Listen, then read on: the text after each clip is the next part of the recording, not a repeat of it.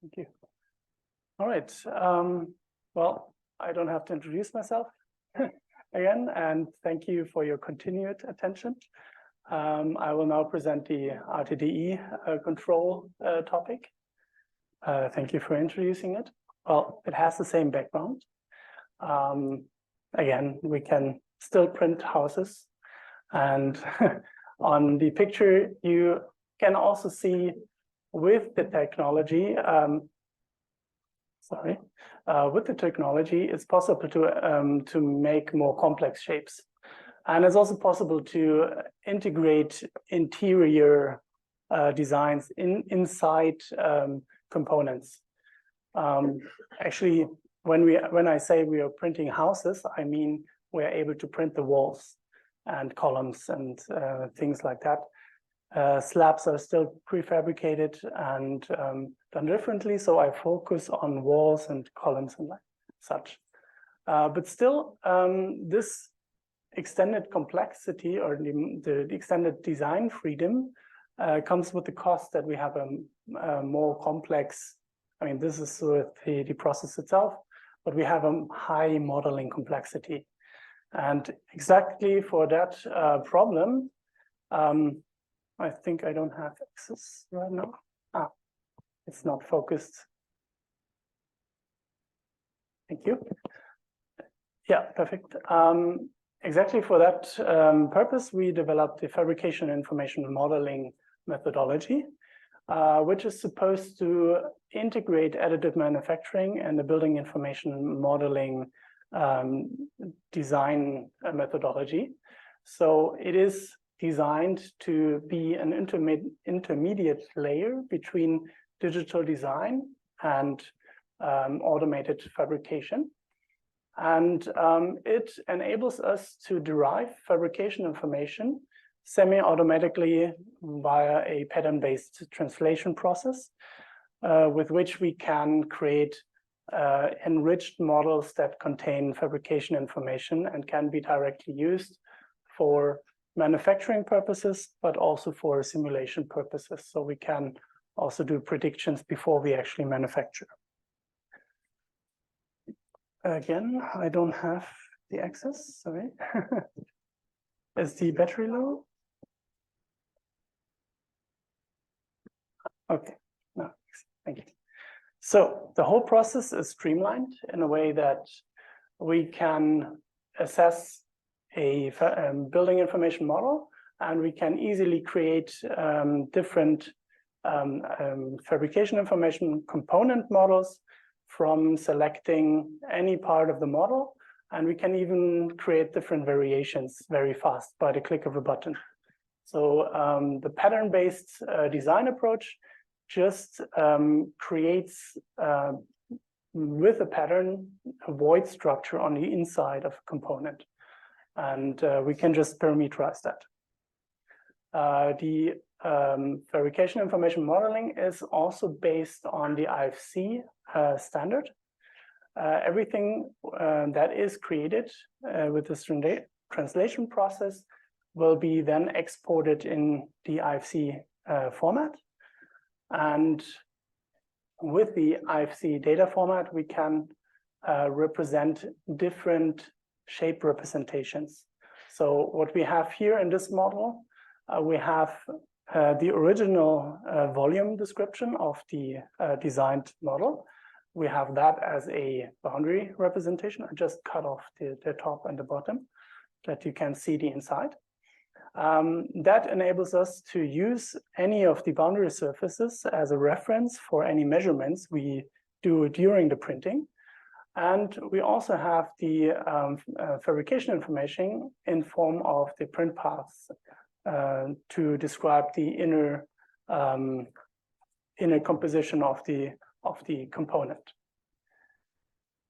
Yeah, no, it works, sorry. In a bigger picture, the whole system is supposed to be used in a circular data flow. So in more intuitive terms, it is supposed to be used for digital twinning and construction. The idea is to base all the decisions and ideas on the fabrication information model and use a lot of tools to circulate the data flow and to update this data along with the process. And for that reason, we developed our own control tool for the robot, which we called the RTDE Control, that enables us to perform this digital to physical and will also enable us to perform the physical to digital transformation of the data.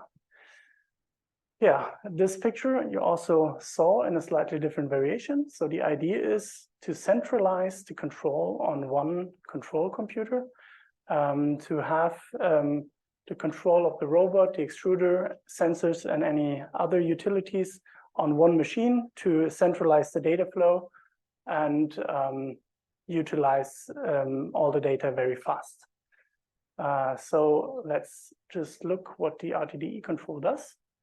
The RTDE control comes with an IFC reader, which enables us to read the fabrication information component model. This is based on IFC OpenShell, and it enables us to read all the layers and split it up into segments. And the planning thread then splits up all the segments into waypoints according to a velocity profile. And these waypoints in X, Y, Z coordinates will be fed to the inverse kinematics thread, which can be any kinematics module. So we programmed our own module, but we also could use IK-FAST or any other module. This inverse kinematics data, the joint positions, are then fed to the communication thread, which communicates with the robot and in any other device that is connected. And in terms of the robot, it uses the TCP/IP connection for a fast update rate. And on the robot side, we basically only need this simple script to execute the whole process. It reads the transmitted data and it positions the robot according to the joint positions. With the tool, we can actually customize our velocity profile. So you might have encountered these problems where on sharp corners you drag away the material.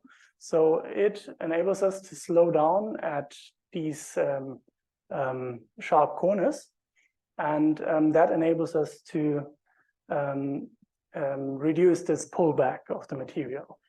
At the same time, we also are able to access all the data and put it, for example, on a dashboard, so we can have easy control over the whole process. And this we can see the XYZ movement, the joint movement, the current position, the extruder, and the planning control. And we can even adapt all these things while we are printing during the process. This was also tested in the same setup I've shown before. And in conclusion, the proposed system provides a reliable control system that also exposes a lot of fabrication information, also the kinematics, the data we planned before, and all sensor data. And as I said, the fabrication information is totally accessible and it provides simple sensor integration, as we have seen in the previous presentation. In the future outlook, we like to extend that system for a larger robot. We already have some ideas about changing the communication thread, and it enables the digital twinning for construction and also enables us to do non-planar printing in construction. And there was supposed to be the thank you page. Yeah. Thank you. All right. Thank you.